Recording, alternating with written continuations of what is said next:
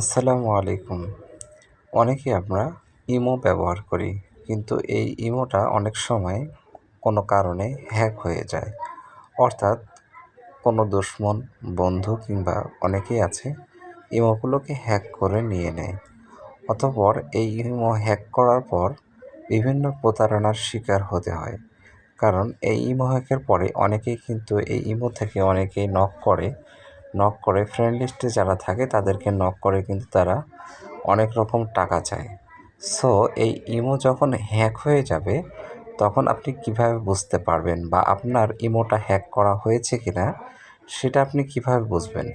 সেটা দেখার জন্য অবশ্যই আপনারা খেয়াল করবেন ইমোতে আসবেন। আসার পরে এই যে প্রোফাইল যে অপশনটা রয়েছে, আইকনটা রয়েছে, এখানে একটা ক্লিক করবেন। সো করার পরে দেখতে পাবেন এখানে যে সেটিংস অপশনটা রয়েছে, এই যে সেটিংস অপশনটাতে ক্লিক করে দিবেন। সো সেটিংস অপশনে ক্লিক করার পরে দেখতে পাবেন এখানে ম্যানেজ ডিভাইস নামে একটা অপশন রয়েছে। সো ম্যানেজ ডিভাইসে ক্লিক করে দিবেন। এরপরেই কিন্তু দেখতে পাবেন যে আপনাদের কোন কোন ডিভাইসে আপনার এই ইমোটা অ্যাক্টিভ রয়েছে, মানে লগ ইন করা রয়েছে।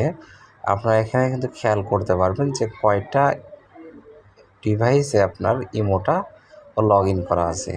সো যেহেতু আমার একটা ডিভাইসে এই ইমোটা লগ ইন করা আছে, এই জন্য কিন্তু এখানে আমাকে দেখাচ্ছে বাংলাদেশ অনলাইন একটা ডিভাইসের নাম দেখাচ্ছে।